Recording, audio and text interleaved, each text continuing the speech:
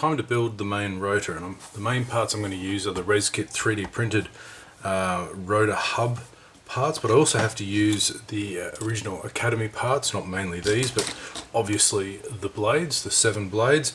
But I'm also, after doing a bit of a look around, I'm going to use some of the parts which I think are a little bit more authentic than the 3D printed ones. The first one being the hub, which is a correct thickness, and also I need to add a flange on that. Well, I might, or I may not. And I also need to use, obviously, some of the attachment points where this big behemoth of a thing has to sit in there, and so I need the original part there and the main rotor, so that just sits in there like this. That doesn't get glued in, that gets glued on top to hold in. Is that the right way? Yep. And then that part goes in there like that to spin, so obviously I'm going to have to drill a hole in the middle of that and fix it in there. But anyway, I have begun the cleanup, and it's taken me a couple of hours already to clean up all these parts. There are so many parts. I'll show you the first few parts that I've had to do, and some of the parts are a bit of a pain to clean up. The way they've been 3D printed, they're not on the supports. You can hear my chickens in the background also complaining about that. I mean, the parts look fantastic once they're cleaned up, but they are a bit of a pain to do. I have made a couple of mistakes. In this hub, I've knocked off one of the little flanges there, and also it showed that again with a tail rotor, there's a really nice photo etch set here, as you can see, and I'll get my pointy sticky thing here.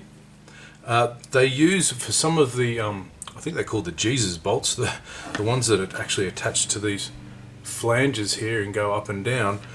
They seem to use these really flat little photo etch parts, and Academy, to their credit, use an actual cylindrical part. It's a little bit too thick, so I can thin that down, and it doesn't have a eye bolt at the top there. Again, that's easy to modify. Drill them through and add an eye bolt, and I might have to twist them, and because the thing is, it goes in between. This part goes in between here and one of these top ones on one of these multitude of other rotor head parts. So anyway, I need to clean up all of these parts. There's so many of them, and I've got to make sure I get the right ones, because some of them are left, some of them are right-handed.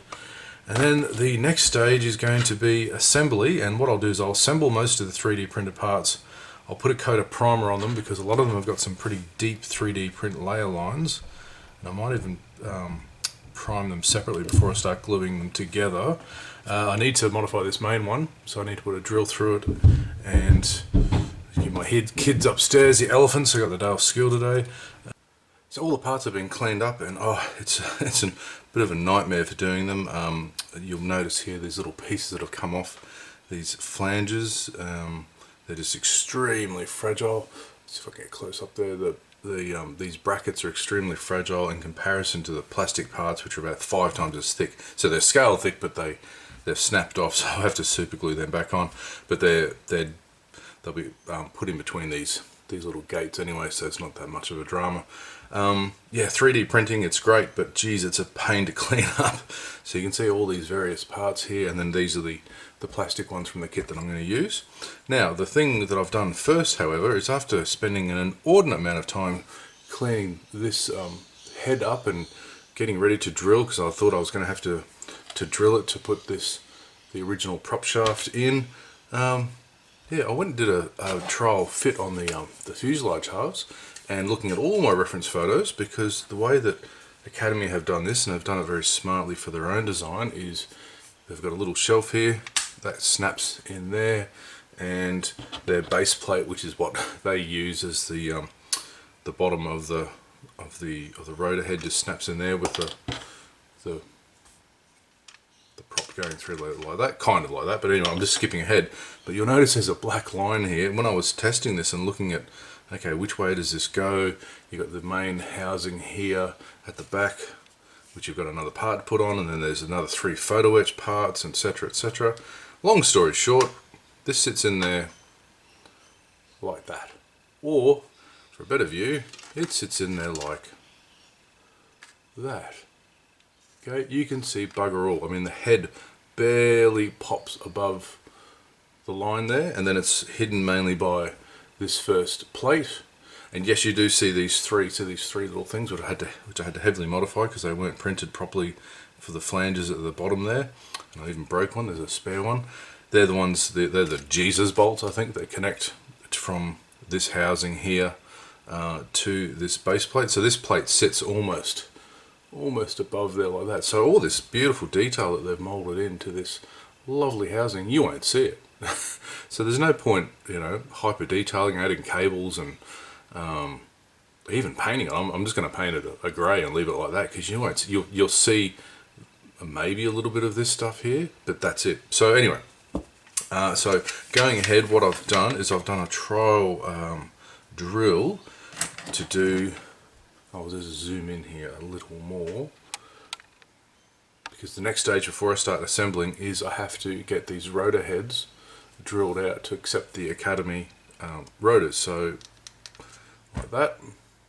Okay, but it's not only the head, these brackets that fit. I'll show you.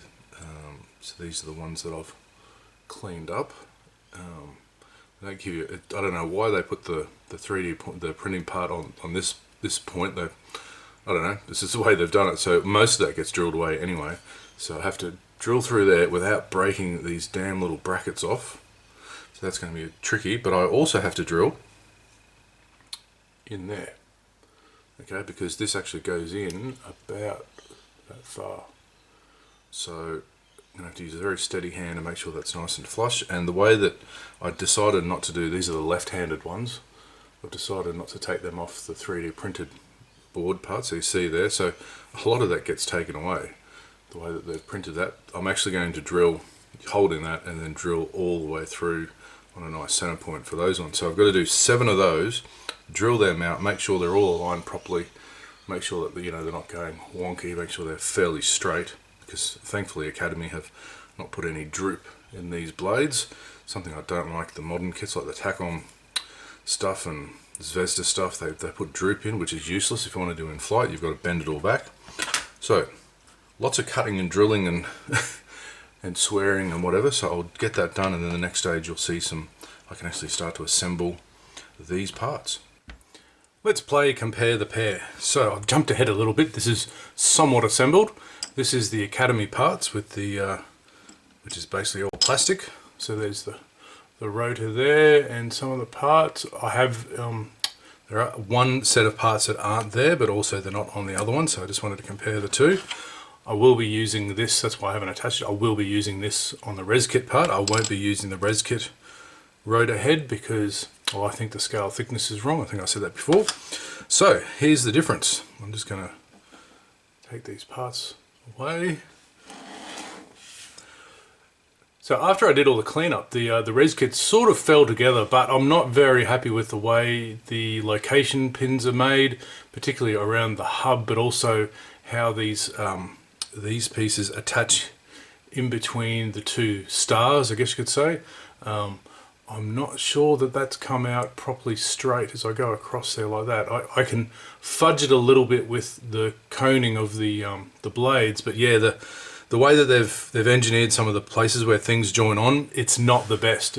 It's yeah, there's a lot of fudge factor involved, particularly these little side braces here. I'm just pointing out here, these ones, they don't really fit with authority. I've actually had to use super glue as a filler to make them look like they fit properly. I mean, they're 10,000 times better than these blobs that the Academy kit has, but I'm just telling it as it is. So for detail wise though, you can't really beat it. It's amazing. You know, you've got those photoetch plates there, which are great. You've got these internal struts that have you know, the hydraulic, I don't think they're dampeners or something on them. You've got bolt heads that just aren't anywhere on the Academy one. So I thought I'd just put this one together to show you. And then let's look at the bottom halves. So this is the Academy solution. Remember I said that they used that slots into the fuselage there. In here I've actually removed the bits because I'm about to make a shelf for the Reskit one. And yeah, that's the plate. It does have a few holes in it, but you don't actually see them. Whereas the Reskit, as that goes together, I've dry fitted in these Jesus bolts that hold them on, the 3 of them around the side there. And I don't really like what they've done here. They've used these little nub thingies that sort of go in between these points, and again the the fit's not the best. I had to actually take away some material there to get it to work, and it's a real sort of dodgy fit. I'm half tempted to magnetize this. Yeah, just to put a big, well, actually under that side, but that fits really good, whereas this fit here is just not the best. And I've got to get it aligned just so, because the last thing I need to do, and these are the parts I haven't added, is I want to add these struts. These are the struts from the Academy kit. So they go very simply, they go into this side brace here, nice perfect fit, see that? And that connects with, down the bottom, with this piece in there. So on the Reskit, and I've lost my photoetch plate. Whoop, where's it gone? Oh, there it is. I said this last time, with the Reskit, they want you to use these very tiny photoetch struts here, which are, you know, super thin. They're not the right scale thickness. They have to have, they are a cylinder. If you look at the reference photo, see if I can put one up there. But I need to modify these parts. So I'm going to use the Academy parts, and they are going to slot in there like that. Can I do that correct? Get it out of the way, Chris. So you can, goes in there like that. So I'll have to reshape the top half of this piece here. I'll actually thin it down a bit, and then the bottom bit goes into this hub here. So that has to be, again, reshaped. But I'll get the cylindrical effect. I'll get that detail, and then I might be able to add, depending on how small they are. I forgot, got some bolt heads here. No, they're somewhere else. I might be able to add some extra bolt heads on. So that'll be the final stage of doing a basic assembly of the rotor head. The next stage will be putting some wires on. So let me get stuck into this, see if I can pull this off first. So I've done 3 major things to finish the basic assembly of the rotor head, and then I will actually push forward with a part 2 video to show you how I'm going to super detail it, although I have started to add a few more details.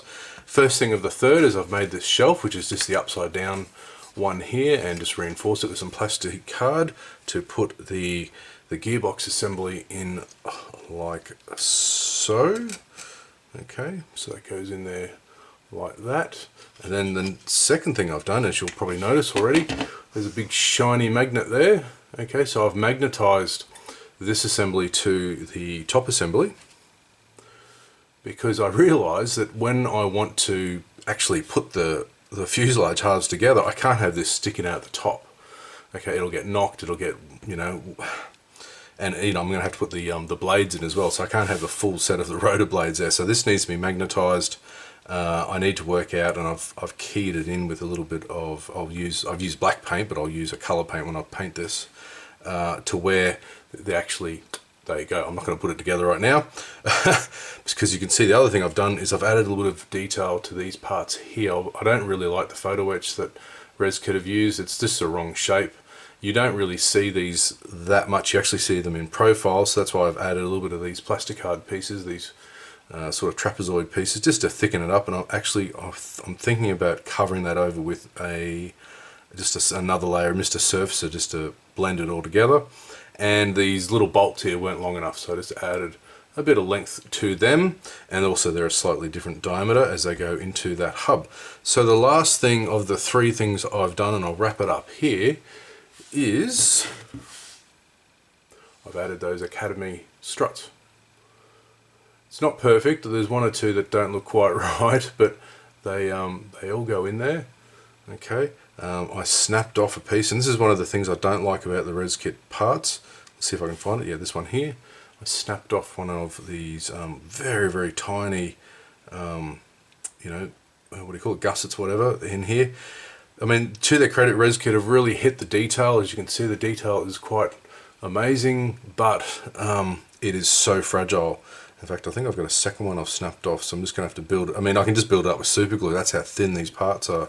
And so this plastic card piece, I've put some super glue on there to fill it in, but I'm going to have to go in there with a very careful file and file that back because it's a little bit too thick.